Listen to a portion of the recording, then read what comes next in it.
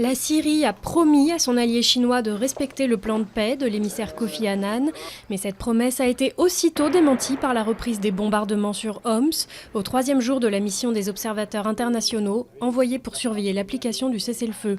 À Paris, hier soir, 200 manifestants ont réclamé l'arrêt des massacres. Une croissance française plus faible que prévu en 2013, et ce sont les programmes des candidats à la présidentielle qui sont à revoir. Nicolas Sarkozy comme François Hollande tablent sur une croissance de 1,7%, mais le FMI a revu à la baisse ses prévisions à 1% seulement. Résultat, les engagements de réduction du déficit risquent d'être difficiles à tenir pour le futur chef de l'État.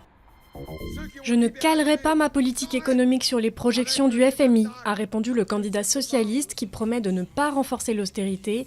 À 4 jours de la présidentielle, François Hollande est toujours donné gagnant au second tour, à 56% des intentions de vote contre 44% pour Nicolas Sarkozy. Ces derniers jours, il a bénéficié du ralliement de 2 anciens membres du gouvernement Fillon, Fadela Amara et Martin Hirsch, ainsi que de Corinne Lepage et Azouz Begag. À J-100 des Jeux Olympiques, Londres est sur le pied de guerre pour accueillir 10 000 athlètes, 20 000 journalistes et 80 000 spectateurs du 27 juillet au 12 août.